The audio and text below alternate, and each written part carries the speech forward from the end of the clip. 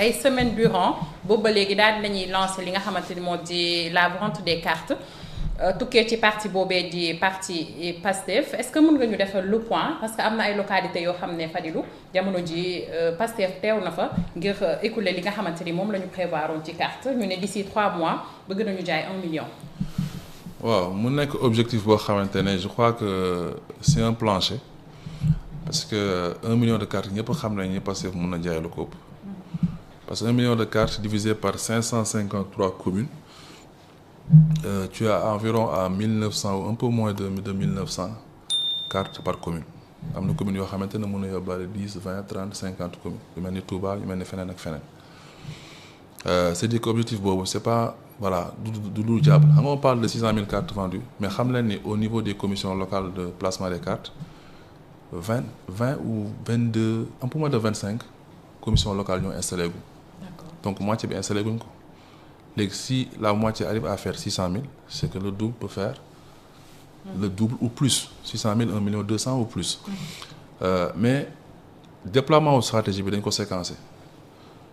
doon nga gis Pastef muy dox ci carte ci quartier yi di dox ci gare yi di dox ci marché yi di mobiliser nit ñi ak di leen enrôler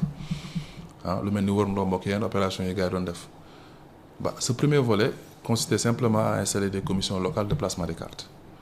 commission locale yoo xamante ne ay superviseurs ñoo koy diriger superviseurs yi ñoom di liggéey ak la section communale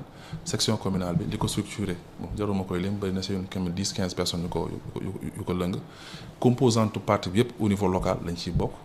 et puis ñu adjoindre leen ay commissaires yoo xamante ne kenn ku nekk jox nañ la benn commune wala 2 ou 3 communes yoo xamante ne ñooy liggéey ak moom maintenant au niveau national nous sommes la commission nationale de placement des cartes fondement bi mi ngi jógee sunu article 19 bu sunu règlement intérieur ba xamante ne moom ay président Ousmane Sonko à l'approche d'un congrès qui puisse demander l'autorisation du bureau politique pour entamer une opération de vente des cartes ki ko dirigé mooy le vice-président en charge des structures Birame Souleye Ayib Daffé vice-président et Aliou Bey bi yore massification aussi nekk ci secrétaire général maintenant cartes yi ñuy jaay aussi faut savoir que am na engouement bu extraordinaire bu ci am je sais que ñi jënd en ligne est-ce que bëriwul ëppul sax ñi nga xamante ne ñooy jaay ci mbedd bi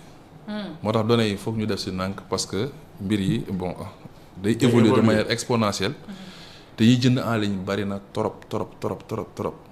voilà souvent bon dañuy gis ni ci yoo xam sax dañuy ñëw ne la mais nii jënd naa pare nag laay def ba amaat carte physique et cetera xamante ne soit da ngay imprimer soit nga jënd fii après gars yi mën na ko activité ultérieurement mais lu ci mën di am mooy am na engouement bu baax ni si ñuy jënd carte yi comme il faut je veux juste rappeler que carte yi dafa nekk élément bu am solo c'est les cartes comme ni mu koy waxee man dans mes sorties là pièce d'identité li mu lay may à l'échelle nationale nga xam ne tu es sénégalais ça c'est droit c'est obligation carte bi aussi loolu la lay may au sein de Pastef les Patriotes c'est circonscrit à l'échelon d'un parti politique nga xamante ne say àq say yelleef dala koy may ba pare carte bi c'est une carte intelligente avec un QR code ak yi ci aju yëpp nga xamante ne ëllëg am na yu bëri yu ñu war a def yoo xamante ne mun nañ ko def sur la base de ces cartes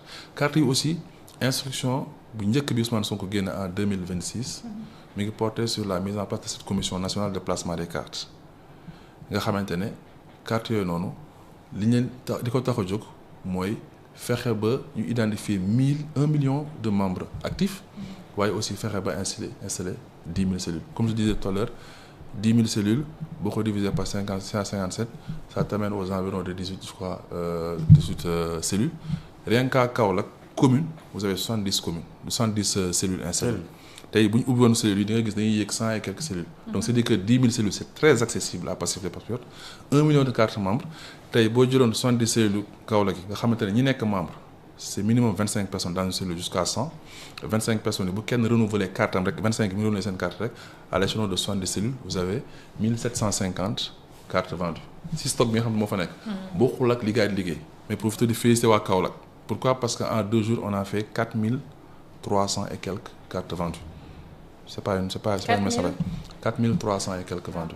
donc imaginez tey sur 3 mois lan la gars yi mën a def bu ñu déployer yeneen stratégie nga xamante ne dañuy fekk ci nit yi seen barab yi dañuy fekk nit ci seen bërëbu liggéeykaay yi gaar yi aéroport yeeg et cetera su yàggee da nga gis ni dañ mobiliser lu am solo donc Pastef musul dugg ci benn opération di ci am jafe-jafe pourquoi parce que dafa am commission yoo xamante ne dañuy liggéey ci lii depuis plusieurs mois et c'est pas de petits monsieur, c'est des gens techniques qui sont là, qui ont travaillé pendant des mois pour aboutir à la création de cette carte-là. Et puis en amont de ce déploiement-là aussi, am na ante yu bëri dans Pastef yu liggéey ba génne une stratégie, une organisation, des modalités de fonctionnement et de déploiement au niveau des. est-ce que carte yi da ngeen koy méngale carte yi ñuy voté maanaam jënd ci yéen mooy firndeel ni automatiquement ñuy adhérer ci seen projet ba élection bu amoon suba gannaaw suba li ngeen ci am ci lim ci ñu jënd moom mooy li feeñ ci urne yi. Non da koy gën a am solo. parce que xam nga ñëpp xam nañu élection présidentielle comme élection législative li ñu defoon ëppoon na 1 million. Là on parle d'1 million de membres actifs. Nous on ne fait pas de remplissage. xam nga am na parti yoo xamante ne c'est des partis yoo xamante ne bon ku ñëw rek baax na fii demal noonu am na jamono yoo xam ne sax gis ngeen élection yoo xamante ne am na xale yu ndaw yoo xamante ne boo leen xoolee xam ne ils sont pas en âge de voter. ñu voté woon fii ay jamono. tey sunu carte bi boo koy activer boo demee ci plateforme bi dañuy laaj sa numéro électeur sa carte électeur sa numéro électeur c'est-à-dire que ça explique tout de suite ceux qui ne sont pas sur le fichier yaa ngi dégg donc ñun li ñuy viser mooy des gens qui sont en âge de voter et qui peuvent voilà maintenant il y a une autre stratégie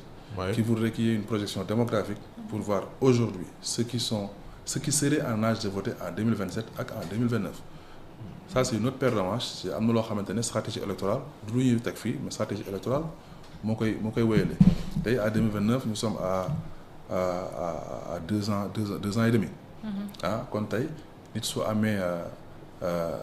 15 ans et demi war nga ko considérer pourquoi parce que en janvier 2029 il sera en âge de voter. Maintenant il sera pas inclus dans l'acquisition de ces cartes-là pourquoi parce que les partis politiques aussi sont réglementés. En loi de 61 moo leen régir mais derrière ñun aussi on se donne les garanties. Fort de notre expérience ci levée de fonds bi yaa ngi koy fàttaliku ba ñu koy def. non am na fi ay subsides mooy ay dons yoo xamante ne dafa jógee sur des étrangers et cetera à l'époque tous ces artifices là ñun jël nañ ci en compte ba tax suñu carte yi ñu protéger ko les données personnelles aussi ni ñu ko war a protéger lépp dafa dugg suñu modalité d'organisation et de fonctionnement faisant de sorte que nos opérations sont assez sécurisées. amu leen dara lu ngeen ragal. ragal pour lan ci échéance yu ñu jëm. jéemu leen xool seeni faay parce que ni nga may waxee nii ku lay dégg mooy ni fépp baax na ci fu mu mënti doon ci gox bi. parce que ak ku ngeen fa mënti tànn bu ñu jëmee ci élection ci ngoon gi yéen a fay. majorité